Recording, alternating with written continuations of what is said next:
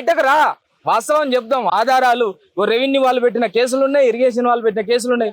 Assigned భూములకు సంబంధించి 2 revenue అధికారులు తిరిగి స్వాధీనం చేసుకున్నాం, వర్టెక్స్ వాడు కబ్జా పెట్టిండు, పిఓటి యాక్ట్ చట్టం 1977 నిబంధనలు తుంగలో తొక్కిండు. ఇవి నిషేధిత జాబితాలో ఉన్న భూములు, ఇవి రైతులు అమ్ముకోవడానికి చెల్లదు. ఈ భూములని కబ్జా పెట్టేసి లేఅవుట్ చేసేయండి బాజాబ్తు రిపోర్ట్ ఇచ్చేళ్ళు. నువ్వేం చేయాలి? వర్టెక్స్ వర్మని తీసుకుపోయి నీ లోపల కూర్చుని అరే ఏంద్రాన్ని తమాషా అని చెప్పేసి తిరిగి పేదలకి ఇవ్వాలి భూములు. పేదలకు భూములు ఇచ్చే పనిలే చేయను. ఆ పేదల భూములకు పేదలకు ఇంత పెద్ద మనిషిని తెల్ల కాగితం మీద సంతకం పెట్టి 5 లక్షలు ఇచ్చి తీసుకున్నాడట. 30 కోట్ల రూపాయలు విలువ చేసే భూములు ఒక్కొక్క విల్లా 5 కోట్ల నుంచి 8.5 కోట్లకు అమ్ముతాడు. దాదాపు ఒక 3-4 వేల కోట్లు ఒక దగ్గర కట్టే విల్లాలు 619 విల్లాలు కడతాడు.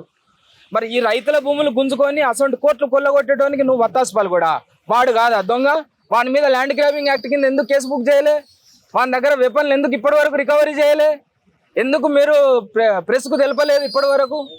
అలాంటి కబ్జాదారులకు కట్టడి చేయాల్సినటువంటి బాధ్యత జిల్లా కలెక్టర్కు ప్రథమంగా ఉన్నది. ఎందుకంటే